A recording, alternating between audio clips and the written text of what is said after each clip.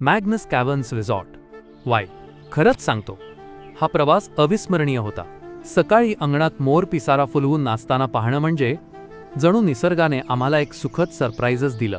आणि मोठ्या कॅम्पिंग टेंटमध्ये राहायला तर एकदम भारी वाटलं.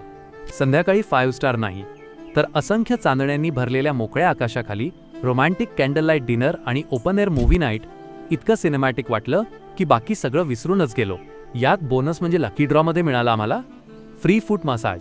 या रिसॉर्टची स्पेशालिटी म्हणजे बोगनवेल पकोडे आणि हिबिस्कस ज्यूस. ती चव अजूनही जिभेवर रेंगाळतीये. असं वाटतंय की खाण्यासाठी परत एकदा इथे जावंच लागेल. जवळचं वाई गणपती, नाना फडणवीस वाडा, नरसिंह मंदिर, मेणवली घाट पाहिलं आणि खरंच वाटलं पुण्यापासून इतकं जवळ असूनही हा निसर्ग किती अनोळखी आहे.